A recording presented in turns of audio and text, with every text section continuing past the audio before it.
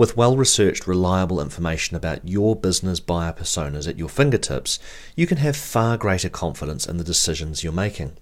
This confidence will be apparent whenever you talk with potential partners, advertisers, investors, and any other parties you need to talk to in the course of your planning and development. The kinds of things that you'll know that you wouldn't otherwise know will include things like what your customers' real key problems are, and therefore which products that you're developing they're most likely to want, what they're likely to pay for those products, even how they prefer to communicate, or any obstacles that you might need to overcome to sell to them. With the right information, you can put your customers at the center of your business plan. Every minute of the day that you spend doing anything that isn't related to making your customers' lives more successful is a wasted minute. It may be a necessary minute. You may have to have a staff meeting to plan some new function or feature, but it's a wasted minute if it wasn't actually delivering that function or feature to the customers. In the past, this kind of research would have been prohibitively expensive for most SMEs. The time and expertise required to gather and analyse the data would have been way beyond the reach of all but the largest corporations. But today, a new generation of internet tools allows anyone to access this information for a small fraction of the cost of the old-style market research. These new approaches to market research are not just more cost-effective than traditional methods, however. They're also capable of delivering results that are far more accurate, faster, and in all ways better than the old ways. Today we're going to look at a couple of those tools. The first thing that most of us think when we hear market research is customer surveys and focus groups. While there are other approaches that we'll discuss later, surveys remain very powerful tools. When you want to find out about your customers and their preferences, it makes sense to go out to existing networks as a first step. There are now applications which allow you to design and run surveys online at very little expense. If you already have a website, you can post a survey on your site and reach existing customers. You simply purchase a license and run your surveys. These products also include powerful analytical tools to assist you in crunching the numbers once responses have come in. But the internet today offers completely new possibilities for market research. One of the most exciting of these is active listening into the conversations your target audience is having. Before the emergence of online social networks, this was simply not possible. Now it's easily within reach of most SMEs.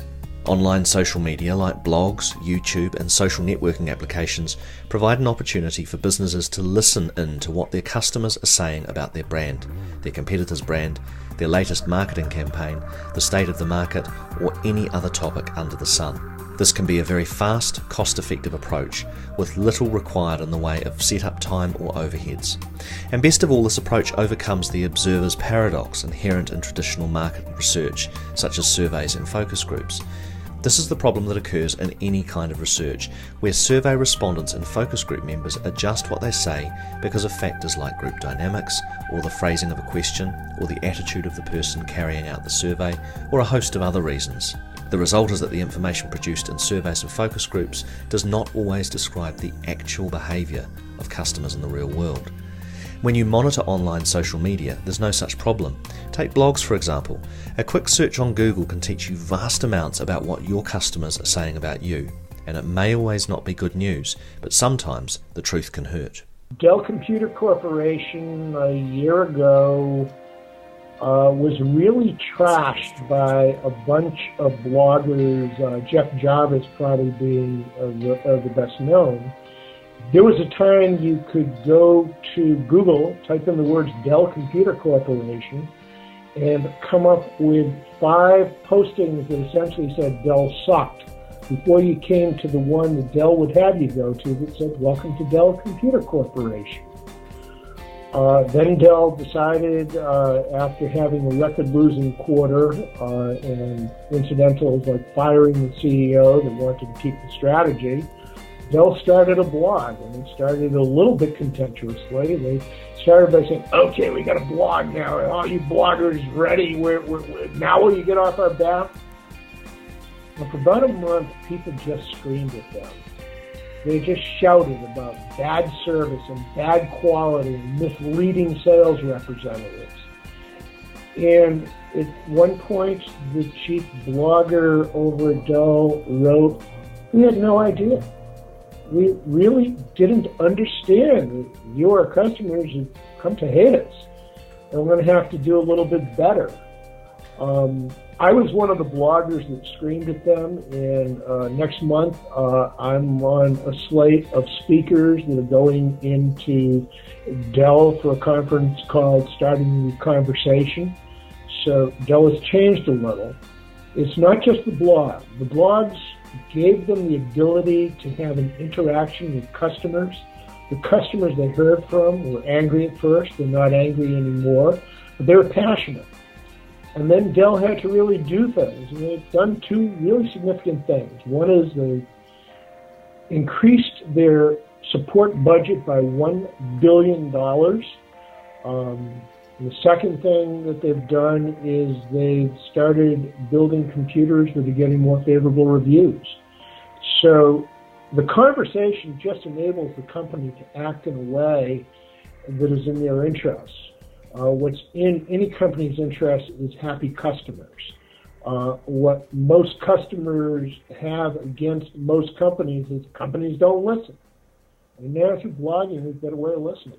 With the explosion of online social networking in the last few years, there are a whole new swathe of tools and applications available for brands wanting to monitor the internet for conversations that will reveal what the world is saying about them and their market.